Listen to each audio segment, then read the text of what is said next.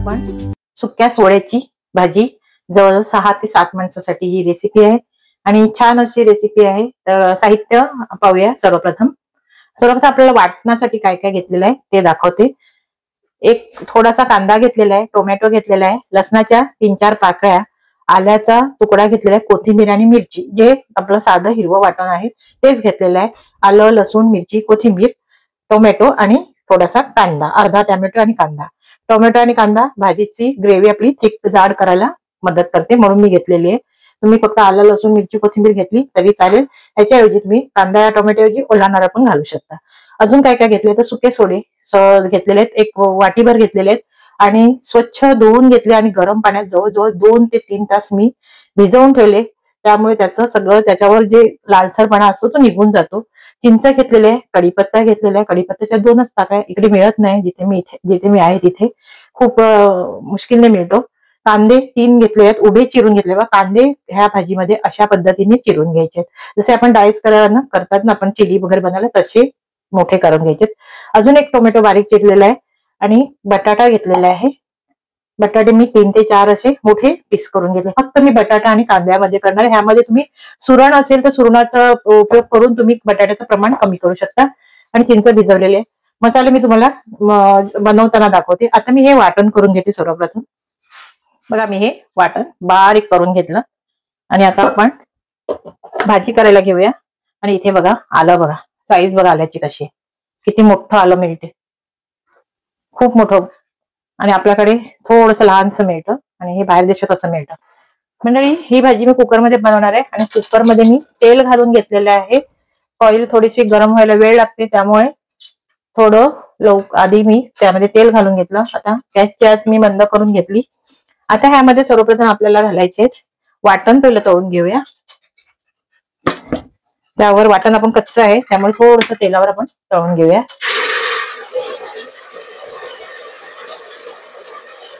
कांदा आणि टोमॅटो घातले आणि तुम्ही चॅनलवर नवीन असाल, माझ्या चॅनल सबस्क्राईब केलं नसेल तर सबस्क्राईब करा, लाईक करा आणि वर बेल आयकॉन दिलेलं आहे ते दाबायला विसरू नका। वाटणावर आपण थोडंसं जेवढं मीठ लागतं तेवढं मीठ घालून घेऊया चवीपुरता।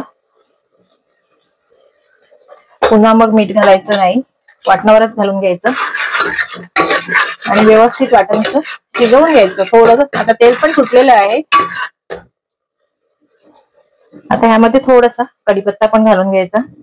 कढीपत्ता इकडे मिळणं मुश्किल असतं। आता ह्यामध्ये आपण लाल तिखट आणि हळद घालून घेऊया।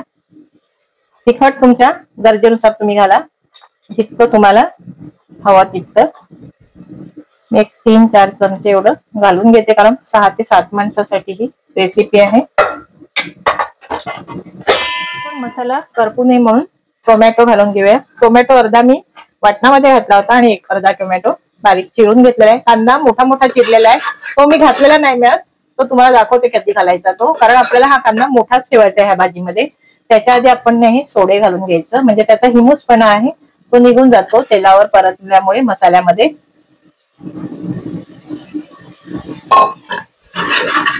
व्यवस्थित मिक्स करून घ्यायचंय। छान अशा पद्धतीने सुके सोड्याची रेसिपी होते। आणि तुम्हाला जर सुरण मिळाला तर नक्की सुरण घाला ह्यामध्ये। बटाट्याचं प्रमाण अर्ध करून आणि सुरणाचं प्रमाण वाढवू शकता, कारण सुरणामध्ये त्याचं कॉम्बिनेशन आहे, छान लागतं आणि बटाटा पण छान लागतो, पण सुरण घातला तर अजून छान लागतं। आपण कांदा घालून घेऊया। कांदा थोडासा परतून घ्यायचा आहे।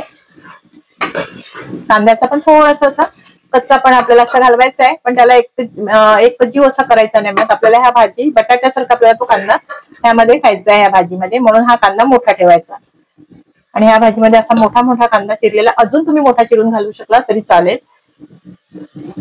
कांदा थोडा परतून झाला, आता हा बटाटा पण घालून घ्यायचा आहे। मला खूप बटाटा घातलेला आहे, बटाटाच खायचा इथे आज, म्हणून बटाटाच। सुरण मिळालं नाही, सुरण मिळालं असतं तर सुरण। हे बटाटे सोललेले नाहीत, पण ह्याला माती बिलकुल नाही, दिसताना अशी दिसतात पण ह्याला माती वगैरे काही नाहीये। आता हे मिक्स करून घ्यायचे। बटाटा सोलायचा नाही, ह्या सुका मच्छीच्या भाजीमध्ये बटाटा बिलकुल सोलायचा नाही, असाच घालायचा, छान लागतो अशा पद्धतीने। आणि अशा पद्धतीने भाजी पण छान होते। आता व्यवस्थित सगळी ही भाजी परतून घ्यायची आणि मग ह्यामध्ये चिंच पण घालायची आणि शिटी घालायची. जर शिटी काढायची नसेल, कुकरला नसेल, पातेल्यात करायची असेल तर नंतर चिंच घाला आणि कुकरमध्ये करायची असेल तर सोबत. आता ह्यामध्ये चिंच कोळ घालून घ्यायचे. तुम्हाला रस्सा जितका हवा तितका तुम्ही रस्सा ठेवू शकता, कारण बटाटा असल्यामुळे ना रस्सा नंतर जाड होतो, त्यामुळे रस्सा आधी सुरुवातीला पातळच करायचा, नंतर भाजी जेव्हा गार होते ना तेव्हा पुन्हा तो जाड आणि इथला तो बटाटा तर लगेचच पिठूळ होऊन जातो, लगेच एक शिटीमध्ये शिजून जातो. मला जितका हवा रस्सा तितका मी घालून घेतला पाणी, चिंचेचं कोळ पाणी म्हणजे, आणि त्याला शिटी 2 शिट्या काढून घेते. 2 शिट्यामध्ये होऊन जाणार, एक शिटीमध्ये पण होणार, पण मी 2 काढून घेते. बघा मंडळी, मटन चिकनला लाजवेल अशी ही सुक्या सोडे बटाटा कांदाची भाजी आपली तयार झालेली आहे. खूप छान झालेली आहे. कुकर मधून ही बाउल मध्ये मी काढून घेतलेली आहे 2 शिट्या घेतल्यानंतर, आणि बघा छान अशी रेसिपी झालेली आहे आणि रस्सा पण जाडसर झालेला आहे. आणि तुम्हाला कशी वाटली ही रेसिपी ती मला पहिले सांगा कमेंट्स करून. आणि इथे भारतात आपल्याला ह्या सगळ्या गोष्टी मिळतात, पण इथे मिळत नाही. सुके सोडे म्हणजे दुर्मिळ आहेत, आणि जे आमच्या घरी पाहुणे येणार त्यांना ती भाजी खायची होती, म्हणून ही सुक्या सोड्याची सुक्याची भाजी बनवली. तसं तर मी चिकन पण बनवलेलं आहे बघा, आणि तुम्ही म्हणजे की पाहुण्याला सुकं पण दिलं तर चिकन पण बनवलेलं आहे आणि सुक्याची भाजी पण बनवलेली आहे. चिकन न संपता ही भाजी पहिली संपेल. तर रेसिपी कशी झाली मला कमेंट्स करून सांगा, आणि व्हिडिओ पाहिल्याबद्दल धन्यवाद.